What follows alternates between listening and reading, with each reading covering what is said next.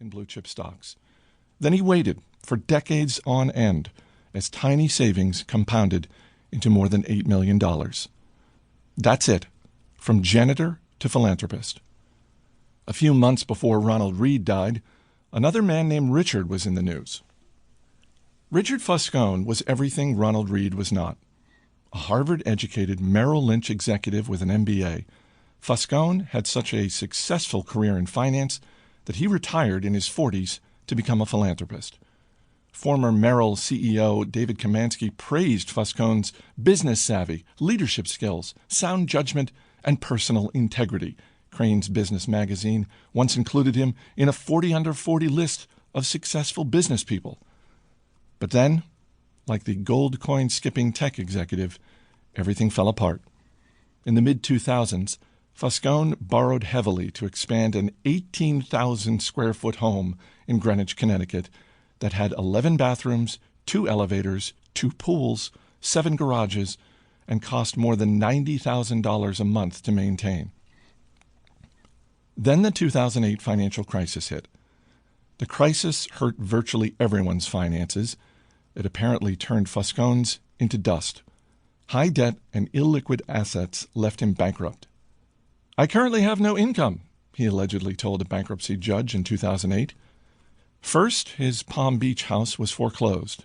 In 2014, it was the Greenwich Mansion's turn. 5 months before Ronald Reed left his fortune to charity, Richard Foscone's home, where guests recalled the thrill of dining and dancing atop a see-through covering on the home's indoor swimming pool, was sold in a foreclosure auction for 75% less than the insurance company figured it was worth. Ronald Reed was patient. Richard Foscone was greedy. That's all it took to eclipse the massive education and experience gap between the two. The lesson here is not to be more like Ronald and less like Richard, though that's not bad advice.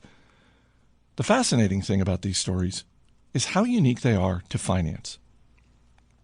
In what other industry does someone with no college degree, no training, no background, no formal experience, and no connections massively outperform someone with the best education, the best training, and the best connections?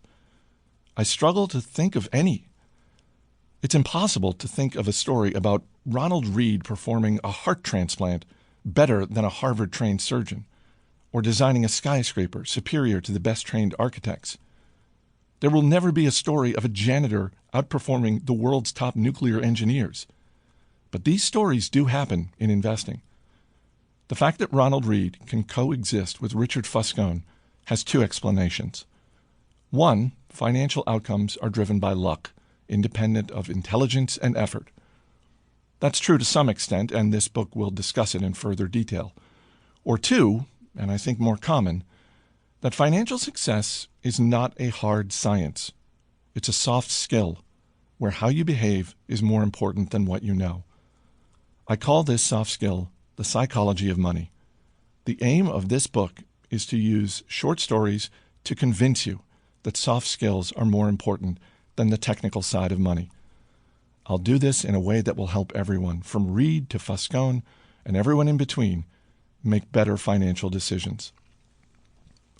These soft skills are, I've come to realize, greatly underappreciated. Finance is overwhelmingly taught as a math-based field, where you put data into a formula, and the formula tells you what to do, and it's assumed that you'll just go do it. This is true in personal finance, where you're told to have a 6-month emergency fund and save 10% of your salary. It's true in investing, where we know the exact historical correlations between interest rates and valuations. And it's true in corporate finance, where CFOs can measure the precise cost of capital. It's not that doing any of these things are bad or wrong.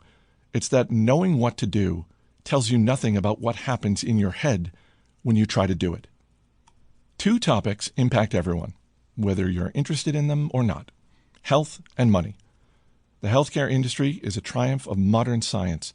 With rising life expectancy across the world, scientific discoveries have replaced doctors' old ideas about how the human body works, and virtually everyone is healthier because of it. The money industry, investing, personal finance, business